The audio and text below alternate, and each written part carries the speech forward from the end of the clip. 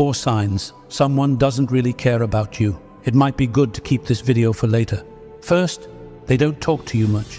They don't keep up with you. They often don't answer your messages quickly. They ignore you when you try to talk. They don't seem interested in what's happening in your life. Second, they're all about themselves. They always put their own wants and needs first. In conversations, they talk mostly about themselves and don't really listen to or care about what's happening with you. Third, they're not there when you need support. When you're going through tough times and need someone, they're just not around. They might not take your problems seriously or offer the help or understanding you need. Fourth, they don't respect you. This could mean they talk about you behind your back, don't respect your privacy or feelings, or use you. They might not care about what's important to you and just do things that show they don't respect you. If you agree with this message, type yes in the comments. God bless.